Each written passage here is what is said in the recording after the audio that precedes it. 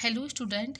इस वीडियो में मैं आपको अर्थशास्त्र विषय की पाठ्य योजना बताने जा रही हूँ, जिसका प्रकरण है विकास के प्रकार। तो देख लीजिए, सबसे पहले विद्यालय का नाम, कक्षा, दिनांक, विषय, कालांश, प्रकरण और समयावधि। अब इस तरह का फॉर्मेट हम बनाएंगे। सबसे पहले क्रम संख्या, शिक्षण उद्देश्य, अपेक्षित व्यवहारगत परिवर्तन। अब पहला शिक्षण उद्देश्य है ज्ञानात्मक, विद्यार्थियों को विकास के प्रकार से संबंधित पहचान का पुनः स्मरण करवाना। अब अपेक्षित व्यवहारगत परिवर्तन में पहला पॉइंट हम देखते हैं, विद्यार्थी विकास के प्रकार से संबंधित गतिविधियों का प्रत्यास्मरण कर सकेंगे। दूसरा है, विद्यार्थी विकास के प्रकार से संबंधित ज्ञान का प्रत्याभिज्ञान कर सकेंगे। अब देखते हैं, दूसरा शिक्षण उद्देश्य है अवबोध, विद्यार्थियों को विकास के प्रकार से संबंधित तथ्यों का अवबोध करवाना। अब इसमें फर्स्ट पॉइंट हम देखते हैं, विद्यार्थी विकास संबंधी गतिविधियों में अंतर स्पष्ट कर सकेंगे। विद्यार्थी विकास के प्रकार से संबंधी गतिविधियों का वर्गीकरण कर सकेंगे। अब देखते हैं, तीसरा शिक्षण उद्देश्य है ज्ञानोपयोग, विद्यार्थियों में विकास से संबंधित ज्ञान का प्रयोग करने की योग्यता का विकास करना। अब अपेक्षित व्यवहारगत परिवर्तन में देखते हैं हम, पहला पॉइंट, विद्यार्थी विकास के प्रकार से संबंधित ज्ञान का उपयोग अपने भावी जीवन में कर सकेंगे। विद्यार्थी विकास संबंधी ज्ञान का प्रयोग उच्च कक्षाओं के अध्ययन में कर सकेंगे। चौथा शिक्षण उद्देश्य है कौशल, विकास संबंधी ज्ञान की व्यवहारिक कुशलता अर्जित करवाना। अब इसमें देखते हैं, पहला पॉइंट है, विद्यार्थी विकास के प्रकारों से संबंधित चित्र बनाने की कुशलता अर्जित कर सकेंगे।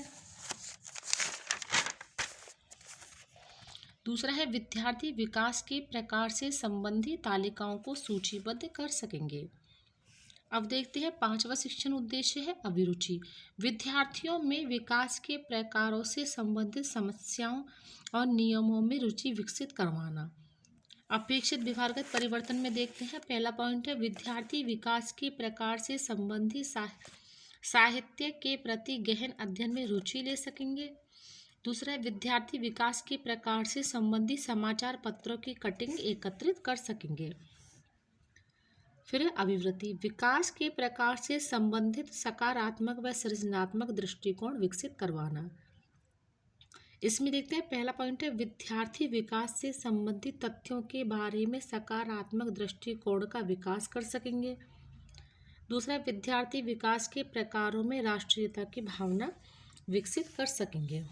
अब आगे हम देखते हैं, सहायक सामग्री, चौक, डस्टर, झाड़, लपेट फलक, शामपट, चार्ट, मॉडल आदि। अब देखते हैं, पूर्व ज्ञान, विद्यार्थी विकास के प्रकार के बारे में सामान्य जानकारी रखते हैं। अब आगे देखते हैं, प्रस्तावना। अब इस प्रकार से फॉर्मेट हम बनाएंगे, क्रम संख्या, छात्र, अध्यापिका क्रिया और छात्र क्रिया। अब छात्र अध्यापिका क्रिया में पहला प्रश्न है, मानव विकास किसका सूचकांक है। छात्र क्रिया में लिखेंगे हम आर्थिक विकास का। अब इसमें इस प्रकार से प्रश्न बनेंगे कि पहले प्रश्न के उत्तर से हमारा दूसरा प्रश्न बनेगा। दूसरा प्रश्न है, आर्थिक विकास कितने प्रकार के होते हैं। छात्र क्रिया लिखेंगे 2 प्रकार के। तीसरा प्रश्न, दोनों प्रकारों के नाम बताइए, समावेश विकास व सतत विकास। चौथा प्रश्न है, सतत विकास को अन्य किस नाम से जाना जाता है। धारक विकास के नाम से। पांचवा प्रश्न है, आर्थिक विकास के प्रकारों के बारे में आप क्या जानते हैं। तो ये हो जाएगा समस्यात्मक प्रश्न। अब हम देखते हैं उद्देश्य कथन। विद्यार्थियों, आज हम विकास के प्रकारों के बारे में विस्तार पूर्वक अध्ययन करेंगे। शिक्षण बिंदु में 3 शिक्षण बिंदु, जिसमें पहला है समावेशी विकास, दूसरा है सतत विकास और तीसरा है विकास में बाधाएं। अब देख लीजिए, इस प्रकार का फॉर्मेट हम बनाएंगे, क्रम संख्या, शिक्षण बिंदु, छात्र अध्यापिका क्रियाएं, छात्र क्रियाएं, विधि प्रविधि, सहायक सामग्री और शामपट्ट सार। पहला शिक्षण बिंदु है समावेशी विकास।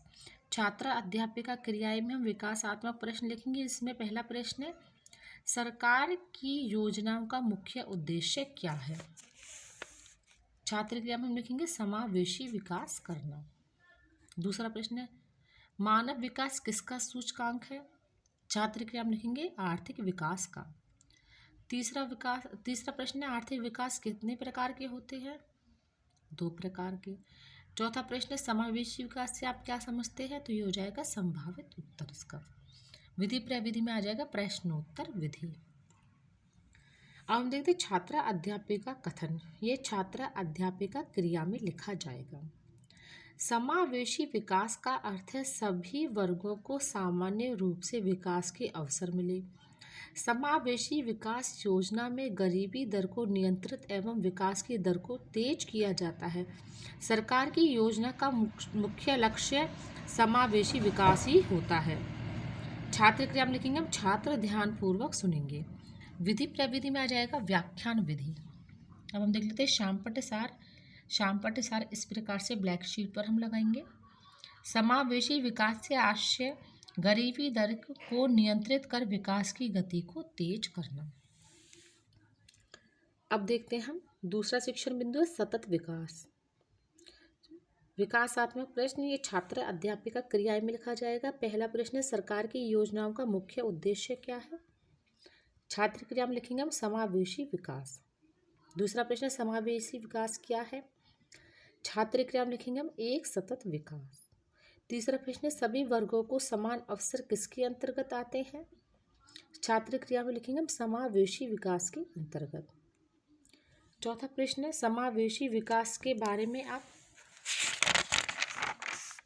क्या जानते हैं? तो ये हो जाएगा संभावित उत्तर।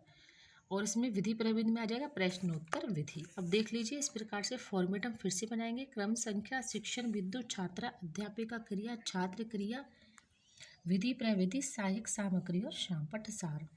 अब छात्रा अध्यापिका कथन यह छात्रा अध्यापिका क्रिया में लिखा जाएगा। सतत विकास से तात्पर्य है कि प्राकृतिक संसाधनों को विघटित किए बिना वर्तमान पीढ़ी की आवश्यकताओं को पूरा किया जा सके ताकि भावी पीढ़ी को भी विकास के लिए पर्याप्त संसाधन व अवसर मिल सके। अर्थात विकास संसाधनों के अनुकूल दोहन व इस उपभोक्तावादी संस्कृति पर अंकुश लगाना है। सतत विकास को धारक विकास भी कहा जाता है। छात्र क्या लिखेंगे विद्यार्थी ध्यानपूर्वक सुनेंगे। विधि प्रविधि में आ जाएगा व्याख्यान विधि। अब देखते हैं शामपट्ट सार ब्लैक शीट पर लगेगा। ये सतत विकास को धारक विकास भी कहते हैं। इसमें वर्तमान पीढ़ी के अलावा भावी पीढ़ी को ध्यान में रखकर कार्य किया जाता है। अब हम देखते हैं तीसरा शिक्षण बिंदु है विकास में बाधाएं। विकासात्मक प्रश्न छात्रा अध्यापिका क्रिया में लिखना है। पहला प्रश्न है गरीबी दर को किसमें नियंत्रित किया जाता है? छात्र क्रिया में लिखेंगे समावेशी विकास में। दूसरा प्रश्न है धारक विकास किसे कहते हैं? छात्र क्रिया में लिखेंगे सतत विकास को। तीसरा प्रश्न सतत विकास से क्या आशय है? छात्र क्रिया में लिखेंगे प्राकृतिक संसाधनों का उपयोग करना। चौथा प्रश्न है विकास की बाधाओं के बारे में आप क्या जानते हैं? ये हो जाएगा संभावित उत्तर। विधि प्रविधि में लिखा जाएगा प्रश्नोत्तर विधि। अब देख लीजिए इसी प्रकार का फॉर्मूला फिर से बनाएंगे। क्रम संख्या शिक्षण बिंदु छात्रा अध्यापिका क्रियाएं छात्र क्रियाएं विधि प्रविधि सहायक सामग्री और शामपट्ट सार। अब जो तीसरा शिक्षण बिंदु है उसका छात्रा अध्यापिका कथन ये छात्रा अध्यापिका क्रियाएं में लिखा जाएगा। पूंजी की कमी जनसंख्या की बहुलता उत्पादन की पिछड़ी तकनीक का प्रयोग गरीबी का दुष्चक्र कृषि पर अत्यधिक निर्भरता आर्थिक असमानता शिक्षा और स्वास्थ्य सेवाओं का निम्न स्तर परिवहन संचार एवं मूल संसाधनों का अभाव ये सभी विकास में बाधाएं हैं। भारत में इन बाधाओं को समाप्त कर देश की विश्व की आर्थिक शक्ति के रूप में प्रतिस्थापित करना तथा सोने की चिड़िया जैसे पहले वाली स्थिति प्राप्त करना है। छात्र हम लिखेंगे विद्यार्थी ध्यानपूर्वक सुनेंगे। विधि प्रविधि में आ जाएगा व्याख्यान विधि। अब देखते हैं शामपट्ट सार इस प्रकार से ब्लैक शीट पर हमें लिखना है। भारत देश में विकास की कई बड़ी बड़ी बाधाएं हैं। जैसे पूंजी में कमी, जनसंख्या वृद्धि, असमानता, गरीबी, संसाधनों का अभाव। अब हम आगे देखते हैं मूल्यांकन प्रश्न। निम्नलिखित प्रश्नों में सही विकल्प का चयन करके कोष्ठक में लिखिए। पहला प्रश्न है, सतत विकास है, समावेशी विकास, व धारक विकास, से क्रियाशील विकास और द है सामाजिक विकास। अब अगला प्रश्न, निम्न प्रश्नों में सही व गलत का चुनाव कर रिक्त स्थानों की पूर्ति कीजिए। सभी वर्ग को समान अवसर प्रदान करना विकास है, सतत या समावेशी। तीसरा प्रश्न है, आर्थिक विकास प्रकार के होते हैं, 2 या 3।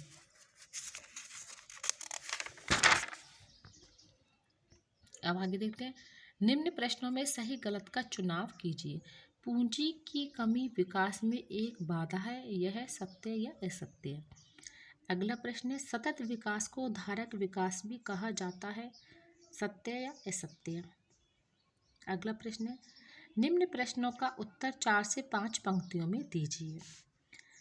छठा प्रश्न है, सतत विकास का क्या तात्पर्य है। सातवां प्रश्न है, समावेशी विकास से क्या तात्पर्य है। अब देखते हैं हम गृह कार्य, जिसमें पहला है, सतत विकास व समावेशी विकास में अंतर स्पष्ट कीजिए।